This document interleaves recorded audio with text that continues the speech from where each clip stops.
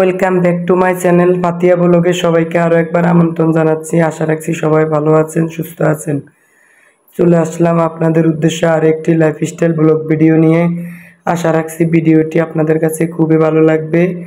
ভালো লাগলে ভিডিওটি স্কিপ না করে ফুল ওয়াচ করার রিকোয়েস্ট রইল। ছেলে এবং ছেলের বাবা নাস্তা করে চলে গেছে। যেহেতু আজকে ঘুম থেকে একটু লেট করে উঠেছি, তাই ওদের নাস্তাটুকু আর ভিডিও ক্লিপ করতে পারি নাই। তাড়াহুড়োর ভিতরে ওদের নাস্তাটা রেডি করেছি, ওরা খেয়ে চলে গেছে। আর এখন আমার মেয়ে ঘুম থেকে উঠেছে, আর ওর আর আমার জন্য 2টা পরোটা ভেজে নিচ্ছি। আমরা মা মেয়ে 2টা পরোটা হইলে আমাদের হয়ে যায়। তৈলাক্ত খাবার আমি বেশি খেতে পারি না, আমার গ্যাসের প্রবলেম। ও একটা খায় আর আমি একটা খাই। আর একটা ডিম পোস্ট করে নিয়েছি। ডিমটা আমি এভাবে ভাজি, পেঁয়াজ কুচি করে দিয়েছি আর একটু চিলি ফ্লেক্স দিয়েছি। ওইভাবে ডিম আমি তেমন একটা খাই না, হাফ বেল করে। আমি ডিমটা এইভাবে ভেজে খাই। যাই হোক, এখন মা মেয়ে নাস্তাটা করে নেব। আমার মেয়ের কিন্তু পরোটা ভীষণ পছন্দ, কিন্তু আমি ওরে তেমন একটা পরোটা খাওয়াই না।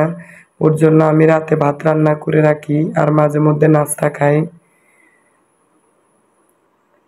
যারা আমার ভিডিওতে এই পর্যন্ত আমার সাথে আছেন কিন্তু এখনও একটি লাইক দেন নাই, প্লিজ ভিডিওটিতে লাইক দিয়ে পুরো ভিডিওটি কন্টিনিউ করবেন।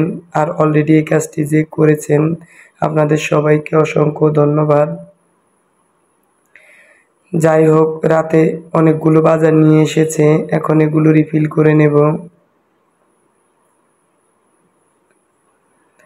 বিস্কিটের জারে বিস্কিটটা রেখে দিলাম। এভাবে বিস্কিটটা রাখলে নাস্তা করার সময় এখান থেকে নিতে সুবিধা হয়। আর বড় একটা চানাচুরের প্যাকেট এনেছে। আমার ছেলে চানাচুর ভীষণ পছন্দ করে। আমাদের বাসায় ওর সয়েজের উপরে বেশি প্রাধান্য দেয়। ও যে খাবারটা বেশি পছন্দ করে আমরা সব সময় ওই খাবারটি বাসায় বেশি করে আনতে চেষ্টা করি। যাই হোক, আমি 2টা কাঁচের জারে চানাচুরগুলো ঢেলে নিয়েছি। এখন এই যে আমার হাতে দেখছেন টমেটো, ঝাল টমেটো সস আর চিলি সস। আমরা এই 2টা সসে সবসময় ব্যবহার করি। টমেটো কেচাপ আমাদের অত পছন্দ না। আমাদের বাসার সবাই লাল মরিচের সস আর টমেটো মানে ঝাল টমেটো সসটি বেশি পছন্দ করে। আর 2টা স্টিক নুডলস এনেছে। এই লাল মরিচের সস দিয়ে স্টিক নুডলসটা রান্না করলে আমার ছেলে এবং মেয়ে দুজনে খুব পছন্দ করে খায়। আর নিয়ে এসেছে 1 প্যাকেট, এটাকে কি বলে মানে চুষি পিঠা বা সেমাই পিঠা যাই বলেন। এখন এটা একটা কাঁচের জারে রিফিল করে নেব।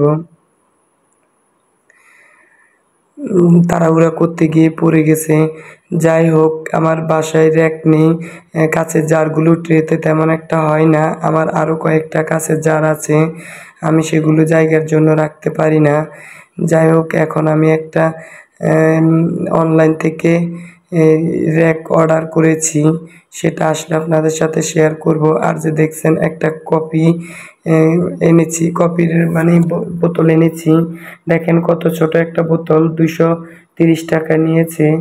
আমরা বাসায় তেমন কেউ একটা কপি খাই না, দুধ চাটে আমাদের সবারই পছন্দ। তবে আমার ছেলে বলেছে আম্মু একটা কপি নিয়ে এসো, আমি কোল্ড কপি খাবো। ওই যে বললাম যে ওর মানে পছন্দকে আমরা বেশি প্রাধান্য দেই। আর নিয়ে এসেছে আদা, 1 কুড়ি ডিমও নিয়ে এসেছে। ওটা রাতে কিছু খেয়েছি, সকালে আবার নাস্তার সাথে 3টা মানে ওই পরোটার সাথে ভাজি করেছি। আর বাকিগুলো এখন সুন্দর করে ধুয়ে নেব। যাই হোক, আমাদের বাসায় তেমন একটা ডিম বেশি নিয়ে আসে না, কারণ আমরা ফ্রিজে ডিম রাখি না। যখন যা প্রয়োজন তাই নিয়ে আসে। মাঝে মধ্যে 1 কুড়ি নিয়ে আসে, আর সেগুলো আমাদের 4 থেকে 5 দিন থাকে। আমরা ওটা বাহিরে রাখি। নর্মাল ফ্রিজে ডিম রাখলে ডিমের গুণগত মান নষ্ট হয়ে যায়। এই এখন আমি ডিমগুলোকে একটু ধুয়ে তারপর এগুলো একটু শুকিয়ে রেখে দেব, তা না হলে ডিমগুলোর উপরে কেমন জানি ময়লা লেগে থাকে। যাই হোক, সব কিছু ধুয়ে রেডি করে রিফিল করে চলে আসলাম ব্যালকনি থেকে। কাপড়গুলো এনে এখন বাজিয়ে রাখবো। আজকে 1 বালতি জামা কাপড় আপনাদের ভাইয়া হুলের গুঁড়ি দিয়ে ভিজিয়ে রেখে গেছে। ওগুলা এখন আমি এগুলা গুছিয়ে খাট গুছিয়ে তারপর ধুইয়ে দেব। যেহেতু আমার বাসায় হেল্পিং হ্যান্ড বলতে কেউ নেই, সব কাজে আমি একা হাতে সামলাই। আর কি করব, উনি চাকরি করে তারপর আবার ব্যবসা করে, সেজন্য উনাকে আমি তেমন একটা প্যারা দেই না। আমি যত কষ্টই হোক একা কাজ করতে চেষ্টা করি। কথা বলতে বলতে আমার কাপড়গুলো সুন্দর করে গুছিয়ে নিয়েছি।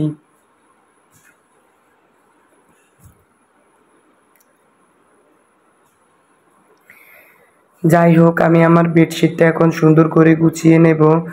আর এই যে দেখছেন 2টা কুশন কাভার, এই 2টা কাভার আমি হাতে বানিয়েছি আমার একটা শাড়ি দিয়ে। দেখতে কেমন হয়েছে আমাকে জানাতে পারেন। 2টা কুশন বালিশ দিয়ে আর সুন্দর করে আমি বেডশিটটা গুছিয়ে নিয়েছি। আর চলে আসলাম ড্রেসিং টেবিলটা একটু পরিষ্কার করব। এই মানি প্লান্ট গাছটা মাশাআল্লাহ 3 মাস পর্যন্ত এখানে রেখেছি। আমি প্রতিদিনই এটা পানি চেঞ্জ করে দেই আর পাতাগুলোকে একটু স্প্রে করে দেই। এতে করে পাতাগুলো সতেজ থাকে আর নষ্ট হয় না। এগুলো হচ্ছে মানি প্লান্ট গাছের চারা। চারা মানে শিকড় আছে, সেজন্য পানিতে এগুলো বেশ কয়েকদিন থাকে। আর বিস্কুট আর চানাচুরের জারটা আমি এই মানে খাটের বেডসাইড টেবিল হিসাবে ড্রেসিং টেবিলের যে অংশটা ব্যবহার করি সেখানে রেখে দিয়েছি। আমি কুশন কাভার যে কাপড় দিয়ে বানিয়েছি টেবিলের, ড্রেসিং টেবিলের উপরও সেই একই কাভার ব্যবহার করেছি। দেখতে খুবই ভালো লাগে, আপনাদের কাছে কেমন লাগে জানি না। মাঝে মধ্যে এরকম কাপড় দিয়ে কিন্তু বানিয়ে নেওয়া যায়, এতে করে টাকাটা বাঁচানো যায়। আর ছেলের বেডরুমে চলে আসলাম।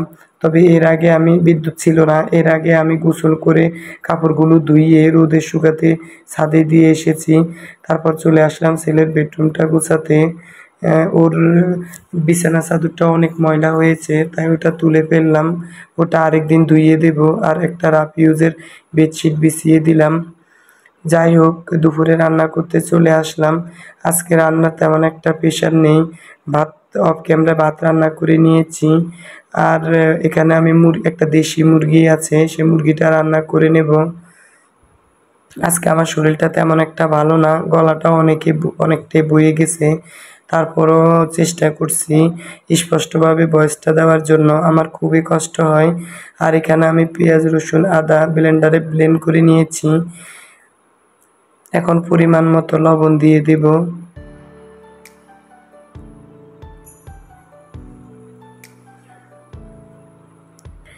আর 1.5 টেবিল চামচ হলুদের গুঁড়া দিয়ে দেব। দিয়ে দিলাম 1 টেবিল চামচ মরিচের গুঁড়া। যেহেতু কাঁচামরিচ ফালি করে দিয়েছি তাই মরিচের গুঁড়ার পরিমাণটা একটু কম দিয়েছি। আর আদা রসুন পেস্ট করে রাখা দিয়ে দিলাম 2.5 টেবিল চামচ। দিয়ে দিলাম জিরার গুঁড়া। আর দিব এখন গরম মশলার গুঁড়া।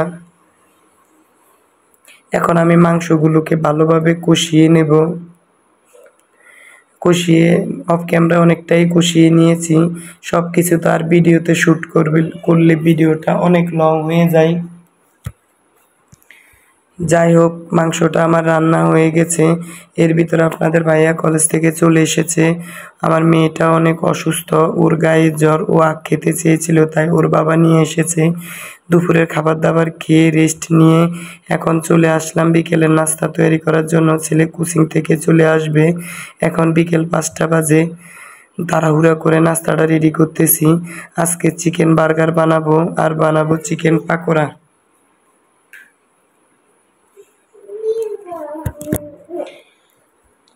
যাই হোক, সবাই আমার মেয়েটার জন্য দোয়া করবেন। ও অনেক অসুস্থ, ওর দাঁতে প্রবলেম ছিল, তারপর এখন আবার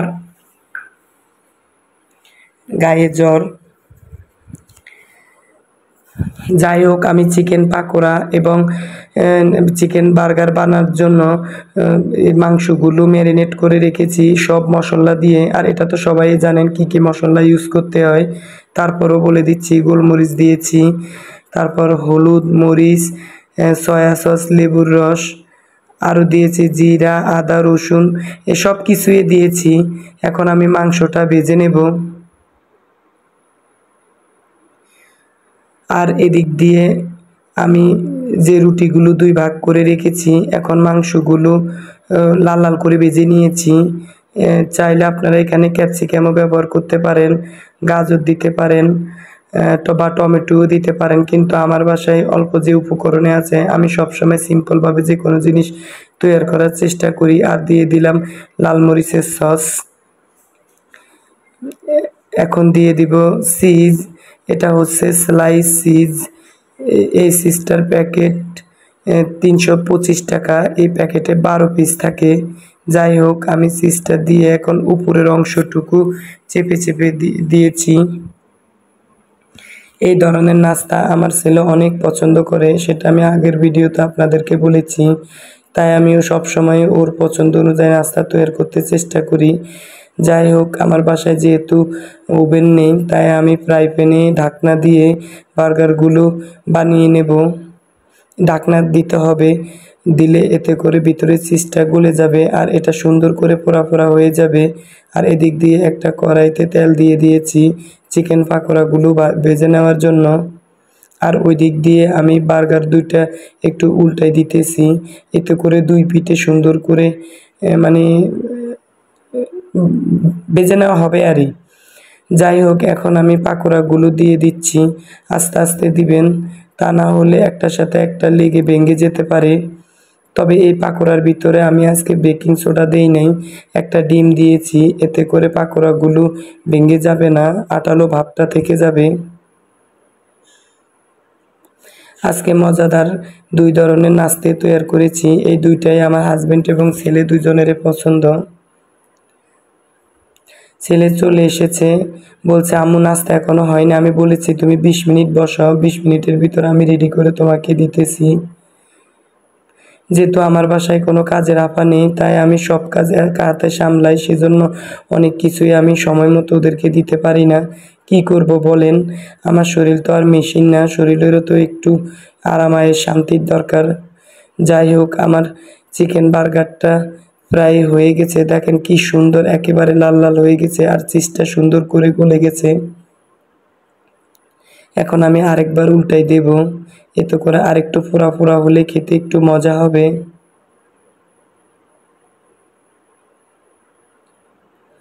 আর এদিক দিয়ে চিকেন পাকোড়াগুলো মানে লালচে কালার আসা পর্যন্ত ওয়েট করতে হবে। এই ধরনের ভাজা পোড়া করার জন্য ওয়েট করা লাগে, মানে ধৈর্য বা সময়ের প্রয়োজন। তাড়াহুড়া করে জাল দেওয়া যাবে না। বেশি গ্যাসের চুলা মানে জালটা বেশি বাড়াই দিলে এতে করে উপরে হয়ে যাবে আর ভিতরে কাঁচা থাকবে, খেতে তেমন একটা মজা হবে না।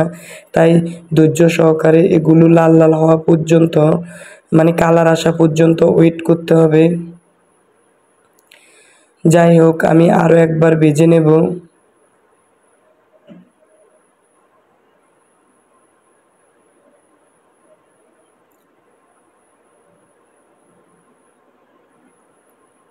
ওই দিক দিয়ে ছেলেটা তাড়াহুড়া করছে। ও যখন তাড়াহুড়া করে তখন আমার নাস্তাগুলো বানাতে খুব একটা অসুবিধা হয়, কারণ আমি অনেকটাই ভয়ের ভিতরে থাকি, না জানি দেখতে সুন্দর হয় কি না বা ভিডিওতে কেমন আসে। আমার বাসায় লাইটিংয়ের অনেকটাই প্রবলেম। আমি আরও 2 থেকে 3টা লাইট নিয়ে আসব, বড় এনার্জি বাল্ব, এতে করে ভিডিওগুলো ফর্সা আসবে। যাই হোক, আমার চিকেন বার্গারগুলো হয়ে গেছে, এখন আমি এগুলো নামিয়ে নিয়েছি। আর চিকেন পাকোড়াগুলো হওয়ার জন্য একটু ওয়েট করতে হবে, সাবধানে উল্টাইতে হবে। আর উপর দিয়ে তেল দিলে হয় কি চিকেন পাকোড়াটা একটু তাড়াতাড়ি মানে আঠালো ভাবটা হয়ে যায়, তা না হলে ভেঙে যাওয়ার সম্ভাবনা থাকে।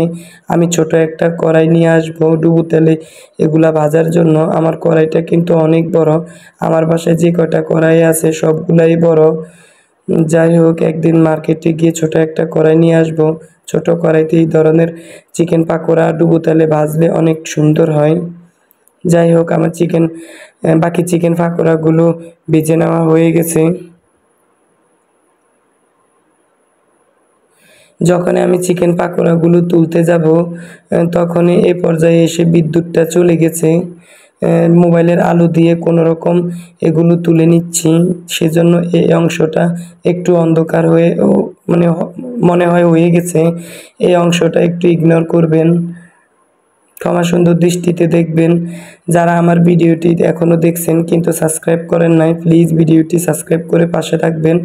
আর আমার চ্যানেলে নিত্য নতুন ভিডিও দেখতে চাইলে পাশে থাকা বেল আইকনের অল অপশনটি অন করে রাখবেন। এতে করে আমি যখনই ভিডিও দেব তখন আপনার ফোনে নোটিফিকেশন চলে যাবে। আর আপনি যদি অনলাইন থেকে আমার ভিডিওটি দেখতে চান তাহলে ফেসবুক থেকে দেখতে চান তাহলে পেজটা ফলো দিয়ে রাখবেন। যাই হোক, এখন টমেটো ঝাল টমেটো সসটা একটা বাটিতে দিয়ে ছেলেকে খাবারটা দিয়ে দেব, আর আমরাও সবাই খেয়ে নেব।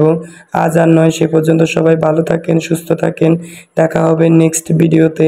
আসসালামু আলাইকুম।